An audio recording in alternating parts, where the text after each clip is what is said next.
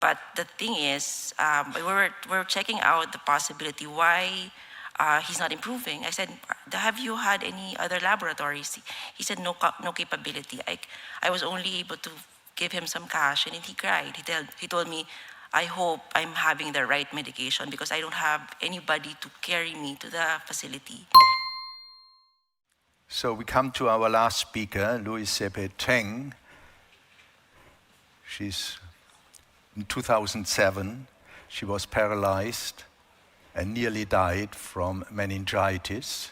It was misdiagnosed, and it turned out to be tuberculosis meningitis, reminding us that TB is not only a pulmonary disease.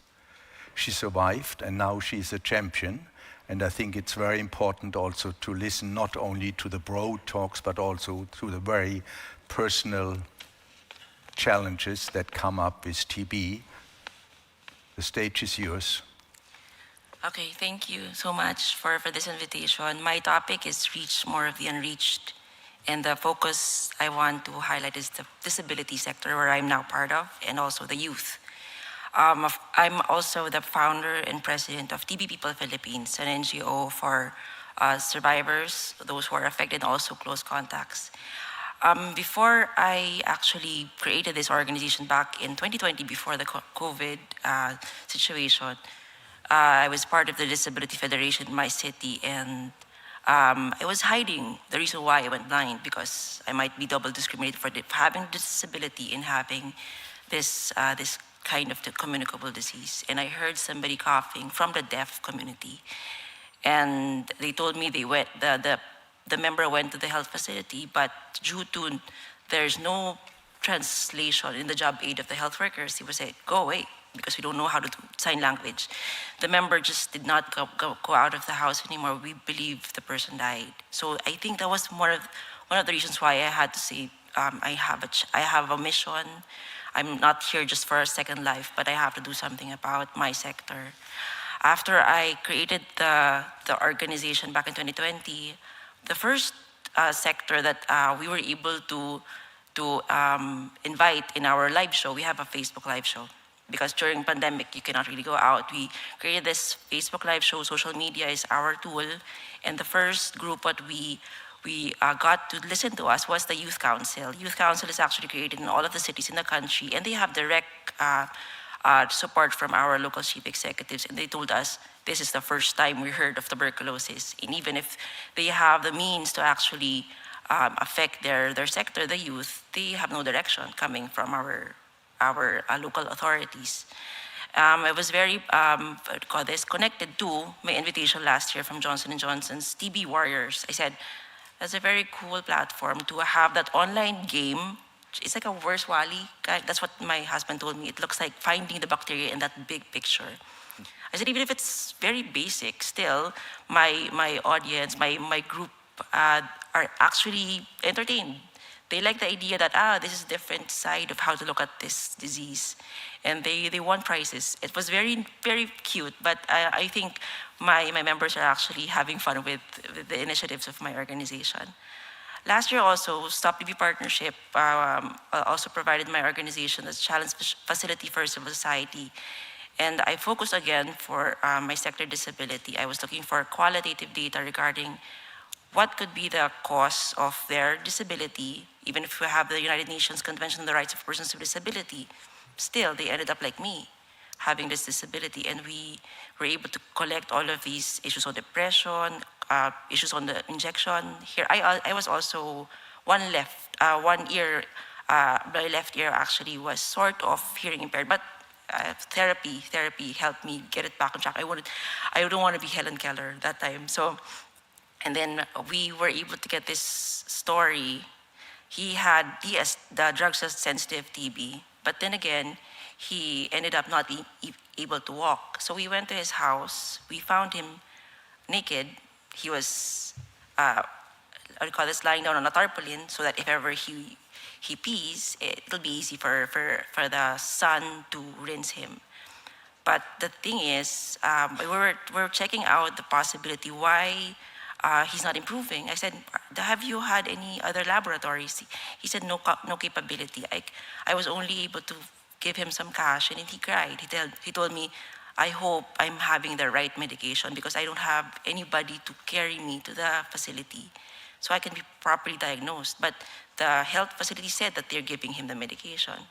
He did not survive. He died this new year, 2023. And I was just really, if only I had met him earlier. Maybe he's with us in the association. Early this year also, we had a country dialogue for Global Fund, and thankfully I'm one of the CAP committees in the country. And we were talking about this effort from Global TB Alliance, the leveraging innovative faster treatment for tuberculosis. And I'm one of their consultants to be able to really help Filipinos understand the new novel regimen, BPAL.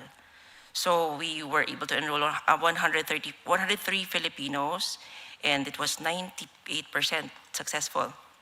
And I was there trying to ask, how do we do the checking of the regions? We have 17 regions in the country. We need to look for ways to check the readiness of all of these regions. I told TB Innovations under USAID, can I join you? I mean, I'm a civil society. Can I just join you? It's for free. I want to really look for ways on how to make sure that there is readiness enabling environment for all of these new tools and new regimens.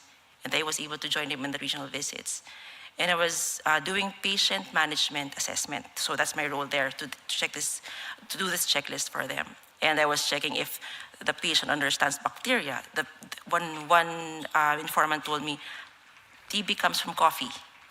So it was like, so there's still stigma here. So it means that the information is not really reaching these geographically isolated areas of the country. And then I was asking, do you get your laboratories on time? Do you understand your laboratories? Do you understand how to make yourself have the proper nutrition?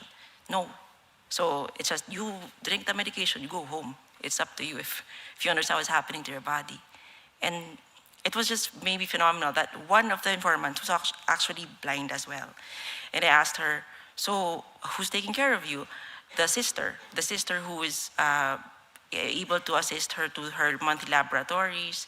But recently we were informed that all of our enablers, the enablers is more of like a money, $20 a week we give our DRTB patients for the means of transportation, because we only have one laboratory facility in a region. So it's like we have 17 regions, but we only have one laboratory facility, which is like 6 hours away from where you live. So if that's going to be taken out for this new law that we will be anticipating January 1, that all of these regional facilities will be taken out, all will be decentralized. It will be easier for them. There's no more need for the $20 a week. And when I told her about that, okay, no problem. If the facility will be near me, I don't need to I don't need to rely on that $20 a week anymore. We have a problem. I went to the mayor's offices and I told them, are we ready for the enabling environment for the new novel regimen? They said, next year, maybe. We don't have the funds for laboratories. We don't have the funds for manpower because due to this new law, the nurses that we have right now is 200 nurses. It's going to be just 120 nurses. All of them are taken out of their work. So I'm just really looking for ways, how do we do that in a couple of months, that all of the drug-resistant treatment, not in a special facility, it'll all be in those primary care facilities with lacking trained health workers, lacking laboratories near the residents who are affected. So that's where I started doing the political commitment. I went around the country and looking for, could you please tell me #6 months max? I will commit to the lesser pills, lesser treatment duration. And I've been getting like 8 mayors now giving me the video commitment. And after that, it was now going back to the World TB Day.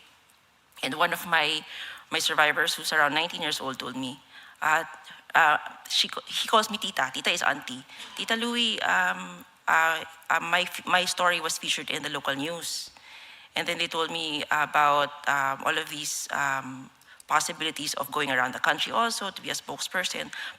But the problem is, when he went to his school, so many of his classmates were actually asking for his time, asking him how you did the treatment because they're not guided.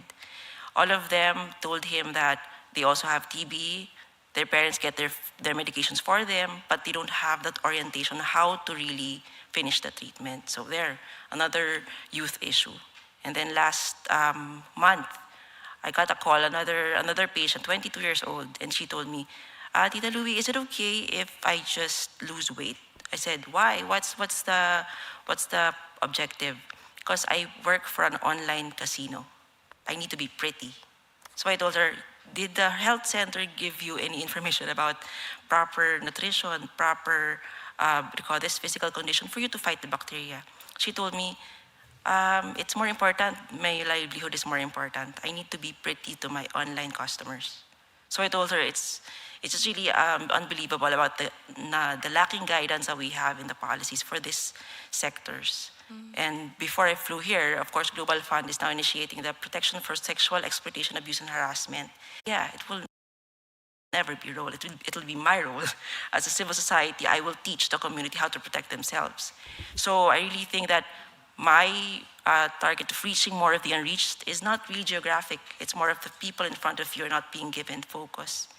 And the enabling environment, it really have to look for ways on how to make these mayors commit.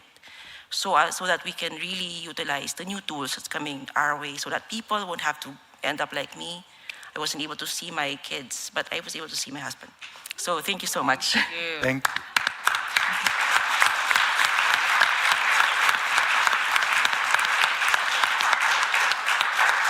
Thank you so much.